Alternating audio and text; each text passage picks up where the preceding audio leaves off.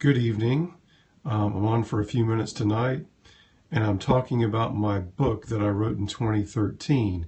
It's called Black Cone, and Black Cone is a genetically altered virus, and it's almost like out of today's headlines with yellow fever and Zika and other viruses that are coming on the scene.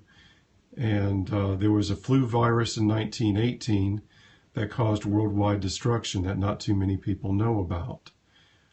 How quickly we forget these lessons. But black cone is a genetically altered weapon, and it goes out of control, and that's the premise of the story. And it took me about a year to write this book, and I published it in January 2014.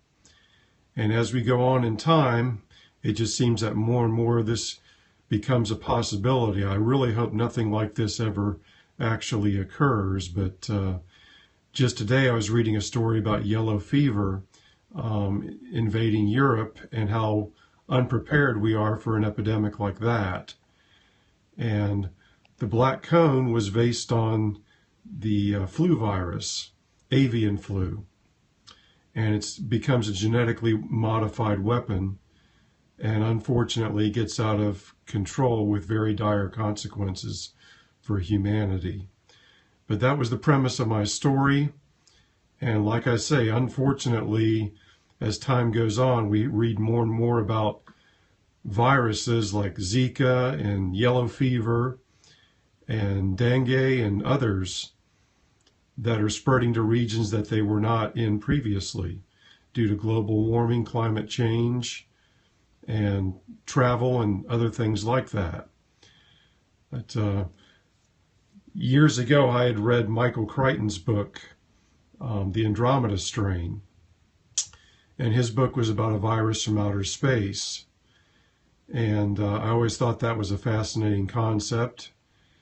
And when I wrote Black Cone, I did research into viruses and how they could be modified and controlled. And once again, it's something that I hope never happens.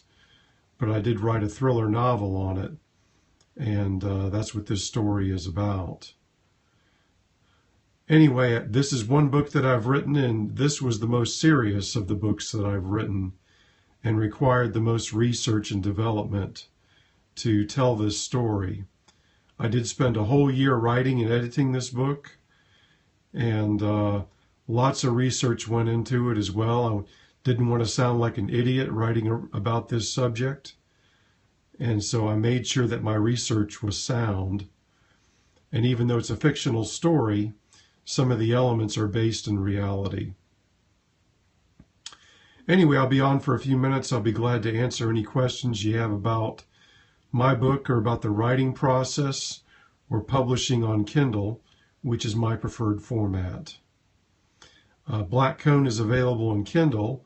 It's also available in paperback, and only available on Amazon. But these type of books are starting to get more attention now with Zika and yellow fever, and we're even hearing stories of plague in different places. And with how connected we are globally with air travel and shipping, people don't realize how fast something like this could actually happen. And that was one of the scenarios that I envisioned when I wrote the book, that a genetically altered virus would get out of control and cause a worldwide pandemic. So anyway, that's what Black Cone is about. And it is purely fiction. It's a thriller novel. It takes place in the year 2019 to 2020 and beyond, and finally extends to the year 2061 with all the ramifications that follow. Growing up, I was a big fan of Michael Crichton and Frederick Forsyth, some thriller type authors, and those type writers inspired me to become a writer myself. And like I said, I spent a year writing this story. I'm very proud of the end result. It's not perfect. It does have a few grammatical errors and such, but I did work very hard on this story, and the feedback that I've gotten from others who have read it have told me that they think the story is very good and a scheme that's very plausible in today's world.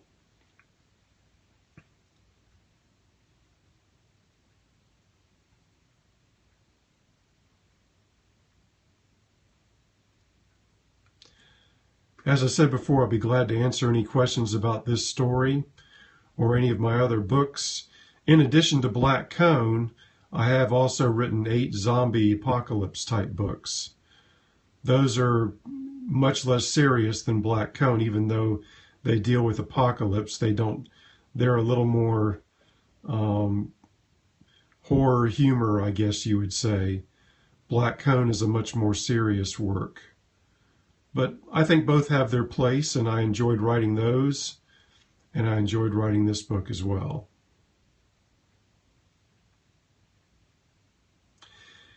Anyway, I guess I will sign off for now. I hope you all have a good evening. And if you'd like, follow me here on Periscope for future updates.